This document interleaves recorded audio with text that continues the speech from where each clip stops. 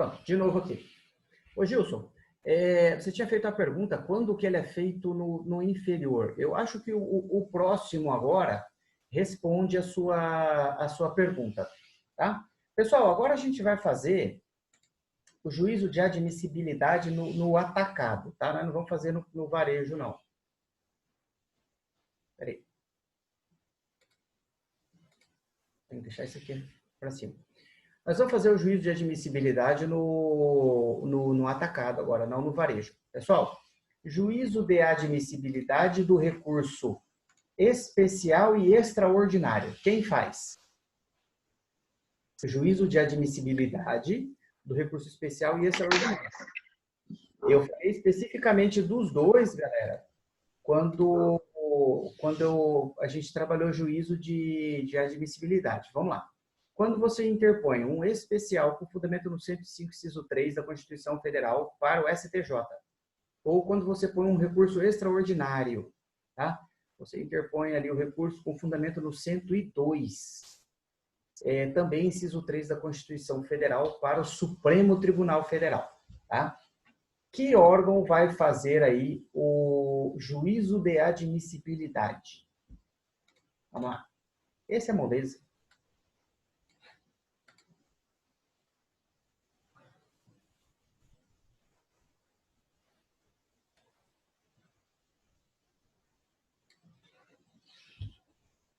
Que órgão vai fazer, quem vai fazer o juízo de admissibilidade do recurso especial e extraordinário?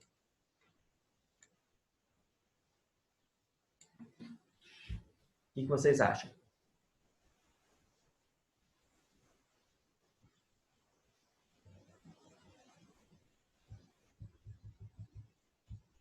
Hã?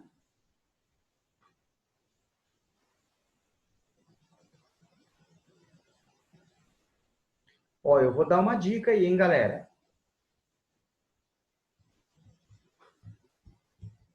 Inciso 5 do 1030.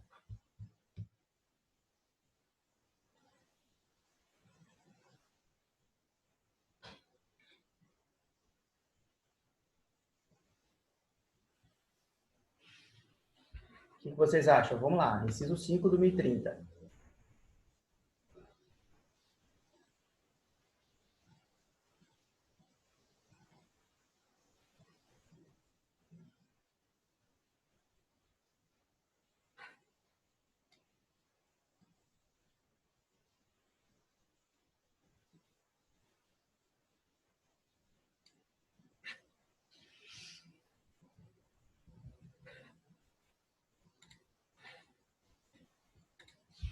Pessoal, vamos lá. Aqui, vocês... Obviamente que todo mundo se lembra aí, pessoal, quando eu falei do juízo de admissibilidade, e eu disse que o recurso especial e o recurso extraordinário, pela importância do recurso, tá? Pelo fato da gente ter dois tribunais, um tribunal que é o STJ, que é aquele responsável pela guarda, digamos assim, responsável pela legislação federal, e um tribunal responsável pela Constituição Federal, tá? Ou seja, eu tenho matérias bastante distintas para cada um, tá? Que no caso de recurso especial ou recurso extraordinário,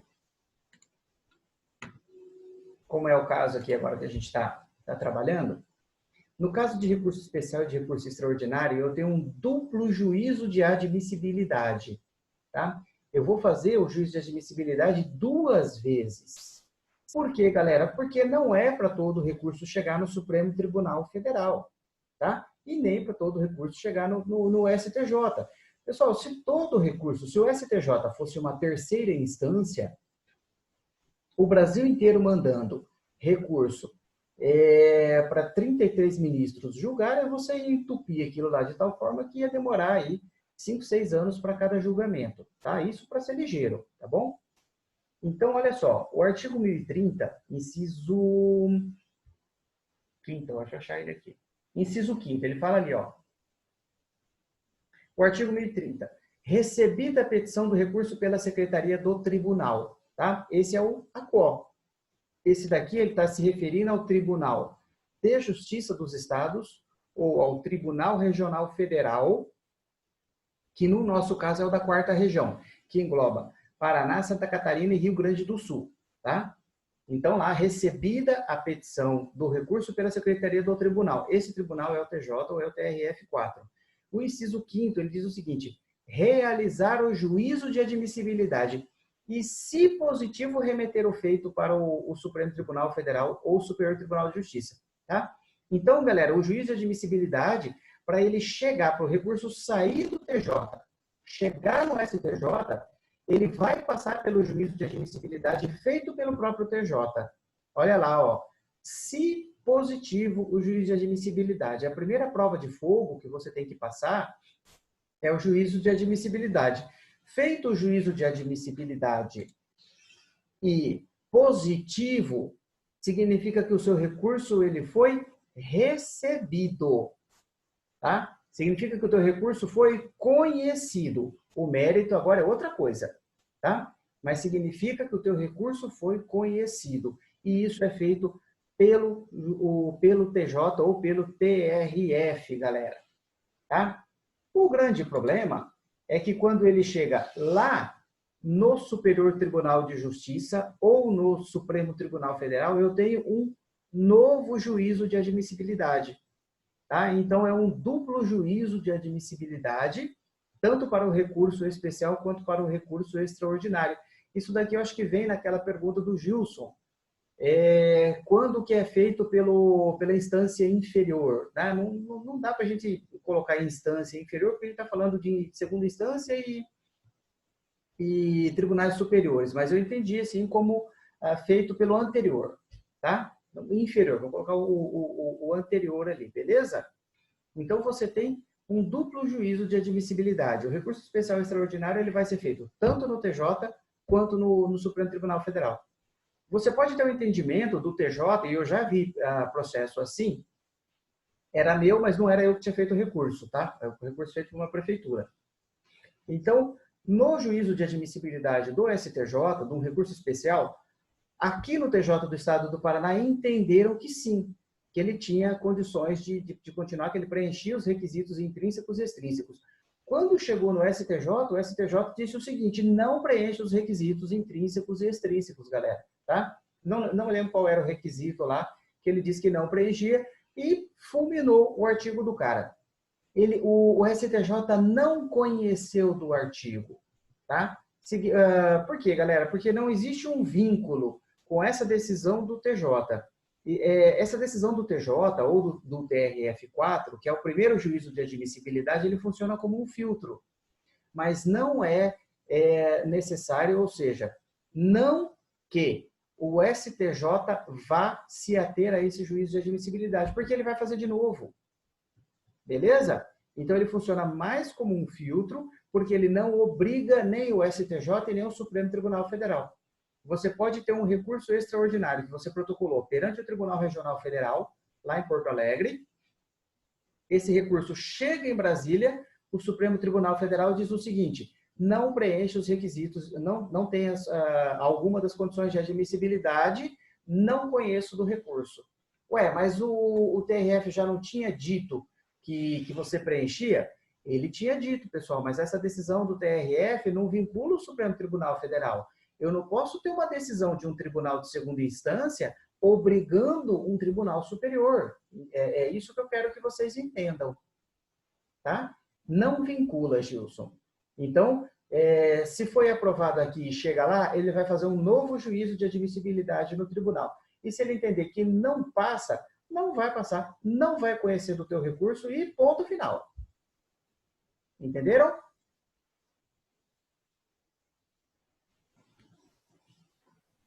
Olha o parágrafo único do 1032.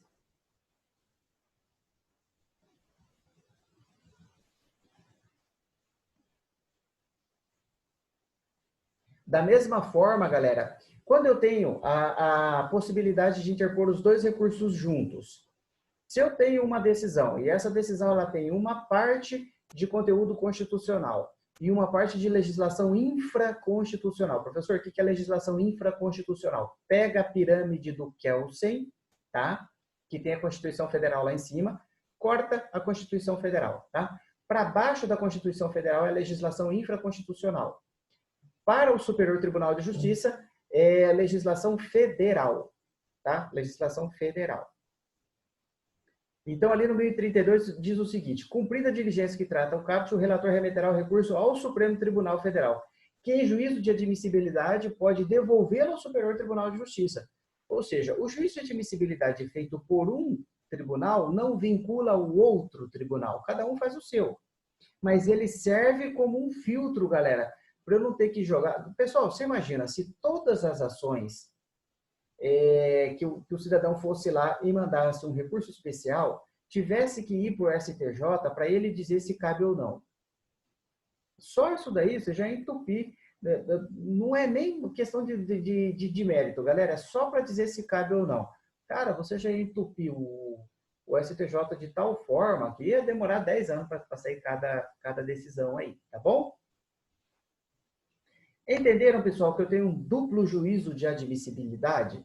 Eu tenho um feito no TJ e eu tenho outro juízo de admissibilidade feito diretamente no Tribunal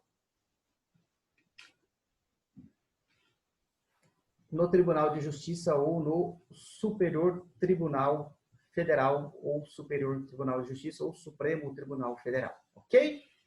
E eu acho que tem mais um lá que é o último nosso aqui, que é o dos embargos de divergência.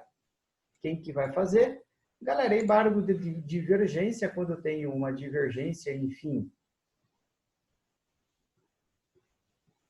Agravo.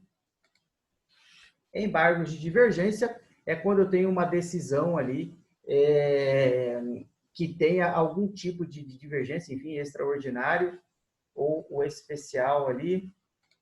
Vamos ver qual que é o artigo. Pessoal, aqui seria o próprio tribunal, tá? O tribunal cabível.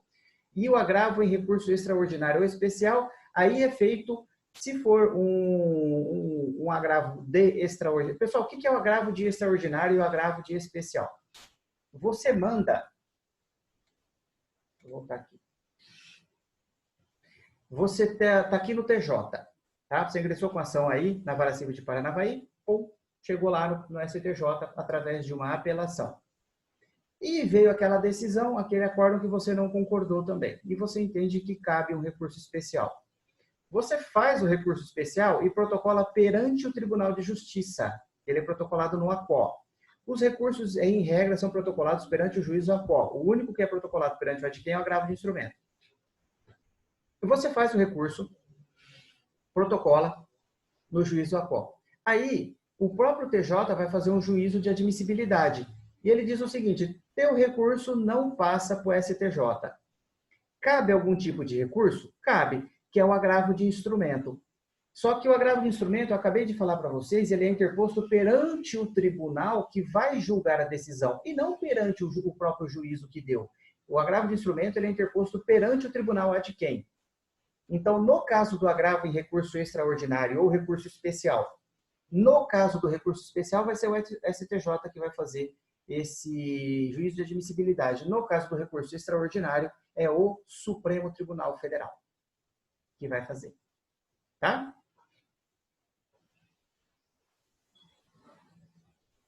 Beleza? E embargos de divergência é o próprio tribunal. Beleza? Entendido até aqui, galera? Tá? Podemos encerrar aí esse nosso quadrinho, esse nosso mapa mental.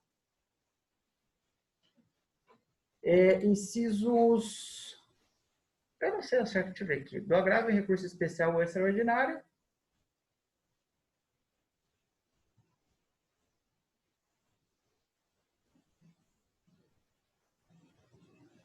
Foi tudo revogado ali. Ó, parágrafo 2º do 1042. Tá? O agravo em recurso extraordinário ou especial, parágrafo 2º do 1042.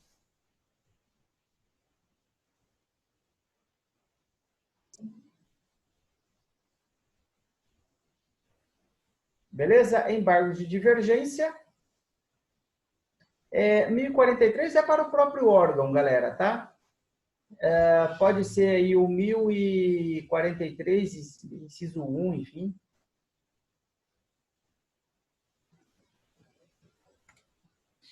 Que aí seria tanto para o STJ quanto para o STF. Serve a mesma fonte, tá?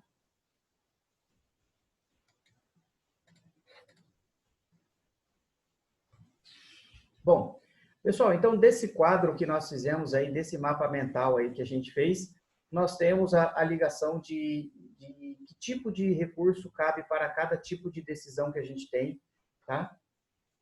Vai mudar um pouquinho ali depois, só em relação aos embargos de declaração, mas vamos ficar com o 1001 ali em relação ao despacho, tá? Depois, quando a gente estiver trabalhando ele, a gente muda um pouquinho esse mapa mental aí.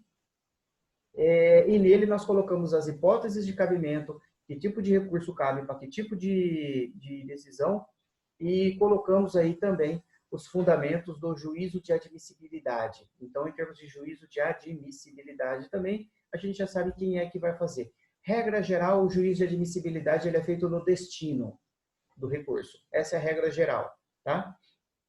Mas pode ser feito pelo próprio juízo, quando ele se confunde com o destino, tá? Ou seja, aquele que prolatou a quo se confunde com o destino do recurso, que é o ad quem, que é o caso dos embargos de declaração, que é o caso do agravo interno, e eu tenho alguns recursos que têm duplo juízo de admissibilidade, que são os casos aí dos recursos especial e extraordinário, que eu vou fazer ele no TJ ou no TRF e vou fazer ele também no STJ e no Supremo Tribunal Federal. Lembrando que o juízo de admissibilidade do TJ ou do Tribunal Regional Federal, eles servem apenas como um filtro, galera. Não é porque eu fiz aqui, eu acho que passou aqui, que vai chegar lá e ele é obrigado a passar. Beleza? Aí vai do entendimento do Tribunal Superior também, dos tribunais superiores. Beleza, pessoal? Encerramos a matéria aqui. Até aqui alguma dúvida? Nenhuma?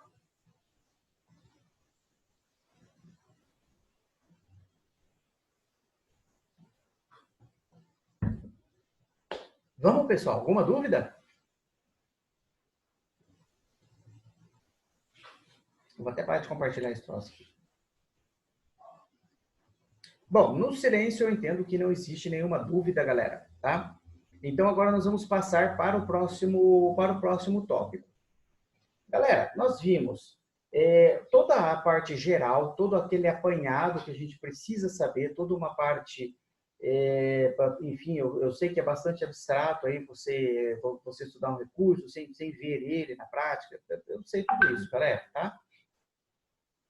E agora nós vamos passar para os recursos propriamente ditos. Então a gente vai ter a parte teórica e a gente vai ter a parte prática também. Que aí eu acho que vai ficar bem legal para vocês entenderem o recurso, tal. Esse mapa mental aí que a gente fez, vocês vão seguir isso daqui, eu acho que até o final do ano, tá? Porque vai ajudar a gente bastante em termos de você saber qual é o recurso que cabe e principalmente lá fundamentação jurídica e juízo de admissibilidade, tá? Lembrando a todos vocês que juízo de admissibilidade, que tem a ver com as condições da interposição de um recurso, é comum para todos os recursos. Beleza? Todos os recursos têm aquelas condições de admissibilidade e todos os recursos têm juízo de admissibilidade, galera. Isso daí você vai fazer sempre, sempre, sempre, sempre. Ok? Então, eu sempre vou primeiro na forma e depois no conteúdo. Eu preciso analisar para saber se esse recurso vai ser conhecido ou admitido. Se conhecido for, aí eu parto para o mérito desse recurso, tá bom? Não tendo mais nenhuma dúvida, pessoal, então agora nós vamos mudar o rumo da nossa prosa aqui e vamos para os recursos em espécie. Então, agora a gente vai estudar cada um dos recursos ali do 994 do CPC. E o primeiro recurso, cadê meu slide aqui?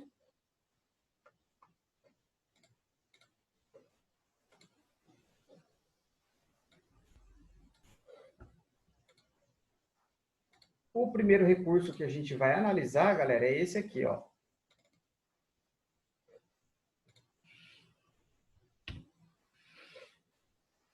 Apareceu para vocês todos?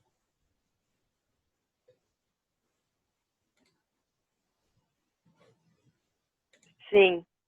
Beleza. Vou até fechar isso aqui. Então, pessoal, o primeiro recurso que a gente vai analisar é o recurso de apelação. Esse recurso aqui, praticamente todo o processo tem. Galera, hoje em dia é muito difícil você ter um recurso que não tenha uma... você ter um processo que não tenha um recurso. É muito difícil, galera. Tá? Então, ainda mais se você for advogar aí com notórios banco, assim, gente que notoriamente recorre de centavos, tá? Eu já vi recurso da Caixa Econômica Federal para o STJ, se não me engano, a diferença lá não dava R$ 100. Pô, professor, mas manejar um recurso desse... Só que eu também entendo, pessoal, que por outro lado a gente também tem dinheiro público, né? Então, não, se a gente começar a não fazer, daí você vai reclamar. De todo jeito. Eu reclamo se o cara faz, vai entupir o Poder Judiciário por causa de 100 conto, mas também é dinheiro de todo mundo. Se começar a não fazer, a gente vai reclamar também. Então eles fazem aí.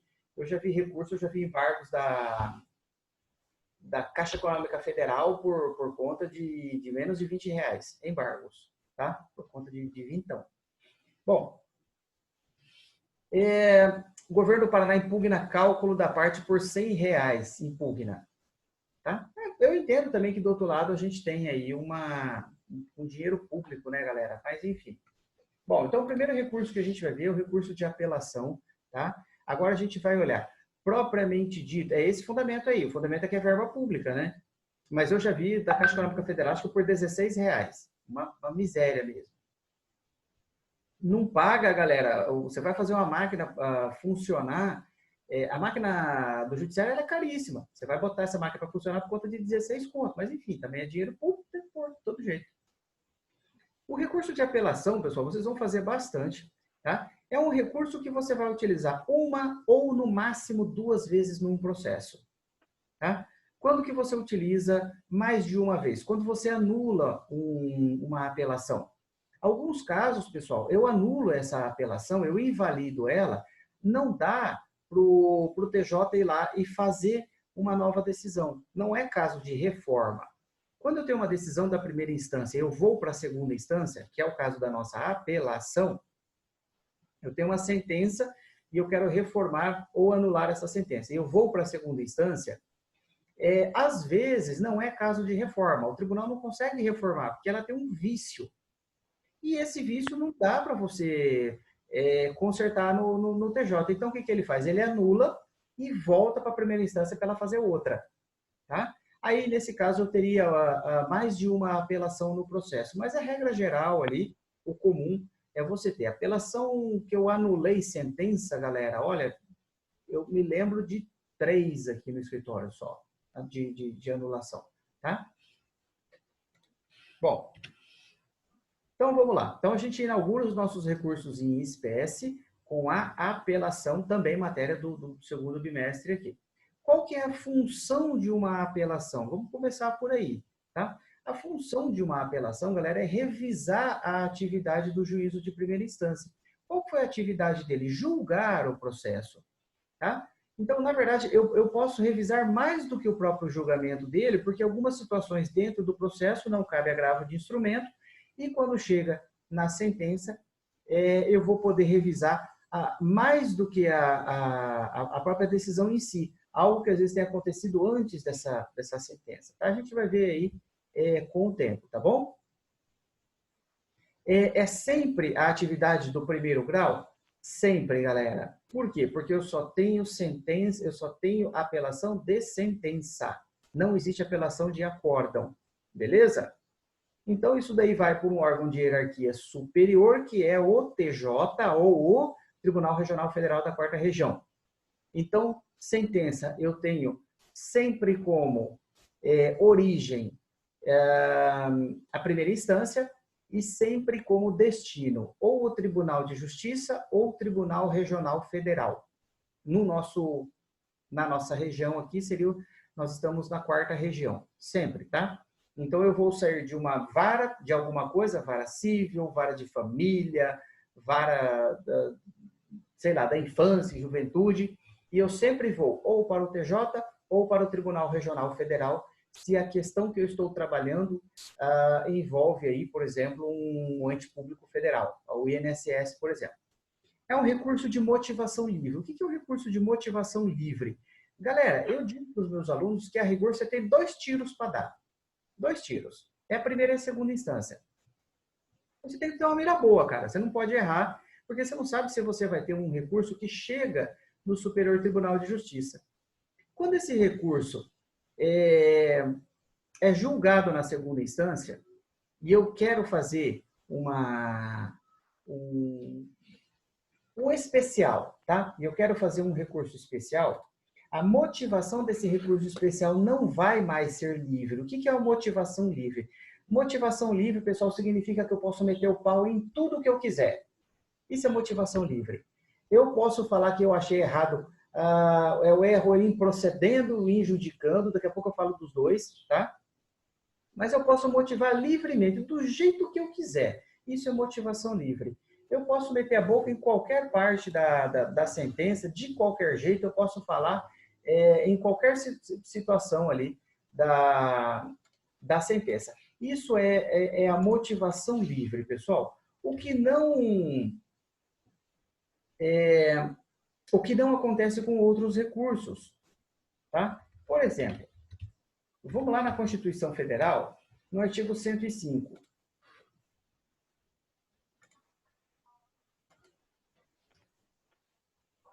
Artigo 105 da Constituição Federal.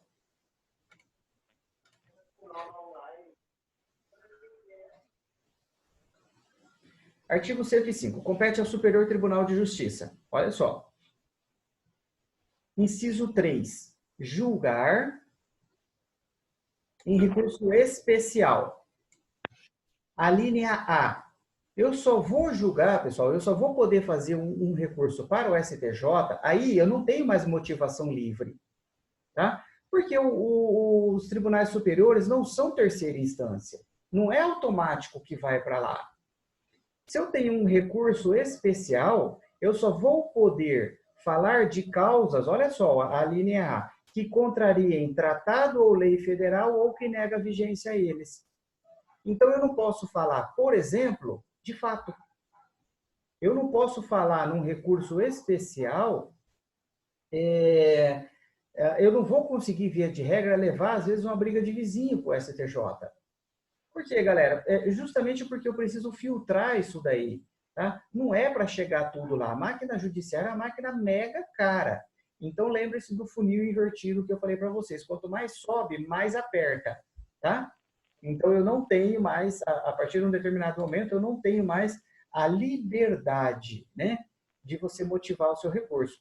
Então, o recurso para o STJ, eu só tenho lei federal. Um recurso para o Supremo Tribunal Federal, eu só posso falar de Constituição Federal. Tá? Aqui na apelação, eu posso falar de lei federal, posso falar de lei estadual, posso falar de Constituição Federal, posso falar do que eu quiser. É motivação livre, tá bom? Aí eu posso meter a boca geral. Lá, mete o cacete lá naquilo que você acha que não está certo na tua sentença. Qual é o cabimento de uma apelação? Pessoal, apelação só cabe de sentença. Tá? Então, se eu tenho uma sentença, o único recurso que me cabe, além dos embargos de declaração, com fundamento no 1022, tá? É o recurso de apelação com fundamento no 1009. São os 2 únicos recursos que cabem de uma sentença. Professor, não cabe mais nada? Cabe extraordinário, cabe especial, cabe ordinário? Nada. Cabe agravo de instrumento de sentença? Não. Não cabe. O único recurso que cabe é a apelação conforme o artigo 1009. Ok? Professor, e o 356, parágrafo 5º? Aquele artigo, pessoal, trata-se de uma decisão que tem natureza de sentença, mas que não é a sentença propriamente dita. Porque se eu tenho uma sentença propriamente dita, o que cabe é a apelação. Ok? Eu tenho que levar em consideração o ato decisório. O que eu decidi para saber se é uma sentença ou não, tá? Qual é o critério para eu distinguir, galera, entre a sentença, enfim, entre o cabimento de uma sentença e outro recurso? É o critério de conteúdo. O que está decidido nessa sentença? Em primeiro lugar, tem decisão dentro dela? Porque eu posso ter, eu já falei para vocês que atos decisórios que não possuem conteúdo, atos que não possuem conteúdo decisório, a rigor não são passíveis de você atacar através de recurso nenhum. Por exemplo, quando o juiz escreve lá, deixo de apreciar, o que ele fez? Nada. Nada. Ele não julgou. Qual que é o conteúdo decisório dessa decisão que ele deu? Nenhuma. Cabe algum tipo de recurso? Não cabe. Por quê? Porque ele não decidiu nada. Se ele não decidiu nada, como é que o tribunal vai reformar aquilo que não tem? Eu preciso ter uma construção para que o tribunal reforme. Tá? Bom, então vamos em frente aqui. Vou voltar num artigo que vocês já estudaram, não comigo, mas já estudaram, que é o artigo 203 do CPC. Ei, professor, não põe o artigo, né? Como é que nós vamos saber? Pronto, agora pus. Artigo 203 do CPC. Lá, pessoal, está estabelecido quais são os pronunciamentos do juiz. Pessoal, volto a lembrar vocês de uma outra situação. Só existe recurso, tá? Só existe recurso de ato de juiz. Não existe recurso de ato da outra parte, não existe recurso de ato do Ministério Público, de ninguém dentro do processo. Só existe recurso de ato de juiz. Beleza?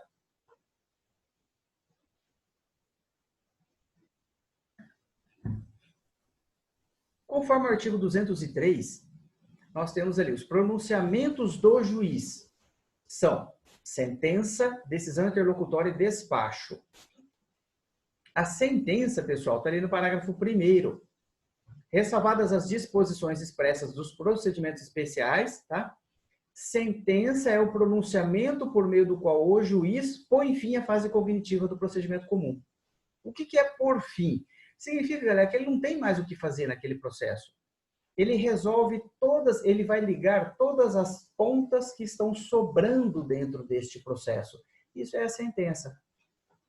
Ele vai chegar num determinado momento processual e ele vai resolver todas as questões de mérito, as questões satélites ali que circundam esse mérito, tá? Isso é uma sentença, tá? Ele põe fim, o que é fase cognitiva? É a fase de instrução, é a fase de conhecimento do processo, tá? Bem como extingue a execução. A execução a gente vai ver isso daí num outro momento. Vou ficar com essa primeira parte aqui. A sentença é o pronunciamento por meio do qual o juiz põe fim à fase cognitiva do processo. Então não tem mais nada para ele fazer no processo.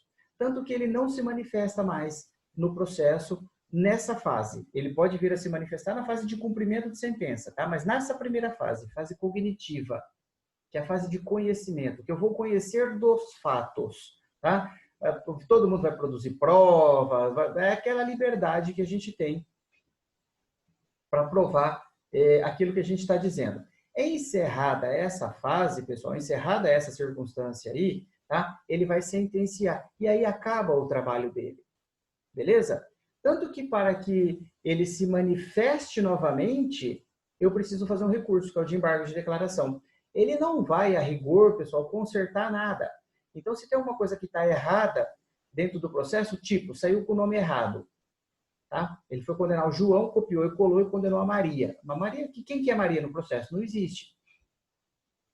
Ele pode, de ofício, ir lá e arrumar? Em regra, pessoal, tá? Esse tipo de situação você deveria ingressar com embargos de declaração, tá? Porque daí dentro dos embargos de declaração, o juiz vai poder aclarar a situação e vai poder se manifestar de novo. Aí ele vai dizer, olha, não é João. Onde está João? Maria. Onde está Maria? Leia-se João. Pronto. Tá? Mas para que ele faça isso, ele não é de ofício. Tá? Para que ele faça isso, eu tenho que provocá-lo. Lembrem-se do princípio da inércia lá, galera, tá bom? O juiz ele fica lá, belo e formoso, esperando que alguém procure ele para solucionar o seu problema, ok? Tá? Então, em termos de sentença, eu posso dizer para vocês aqui, ficar com essa partezinha aqui agora que eu vou deixar em vermelho, galera, tá? Põe fim à fase cognitiva do procedimento comum. Beleza? Isso é uma sentença. Então, isso é passível de ser atacado pelo recurso de apelação, ok? Então, eu transcrevi aqui para vocês, tá? Aquela parte do artigo 203. E ali ele fala do artigo 485 e 487. 485, pessoal, é a sentença terminativa e o 487 é a sentença definitiva. Terminativa, pessoal, do 485 é quando ele encerra sem julgar mérito, tá? 487 é a definitiva, que é quando ele julga o mérito. Professor, mas quando que ele não julga o mérito? Quando você tem, por exemplo, uma prescrição. Não prescrição propriamente dita, quando você tem uma coisa julgada anteriormente, tá? Já foi julgado esse mesmo problema do João contra a Maria.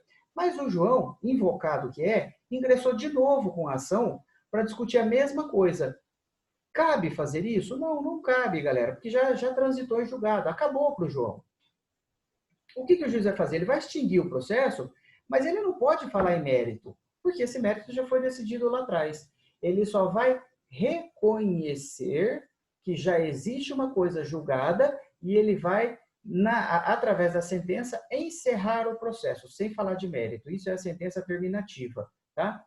A sentença definitiva, que é do 487, pessoal, a gente vai ver depois, um pouquinho mais pra frente aí. A sentença definitiva, que é do 487, é quando o juiz julga o mérito da questão, tá? Então, são as sentenças ali terminativas e definitivas.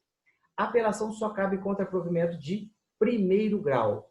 Provimento de segundo grau, você vai ter ou uma... O que cabe no segundo grau, o professor? São aqueles risquinhos que nós fizemos ali do acórdão, tá? Que a rigor um acórdão pode ser atacado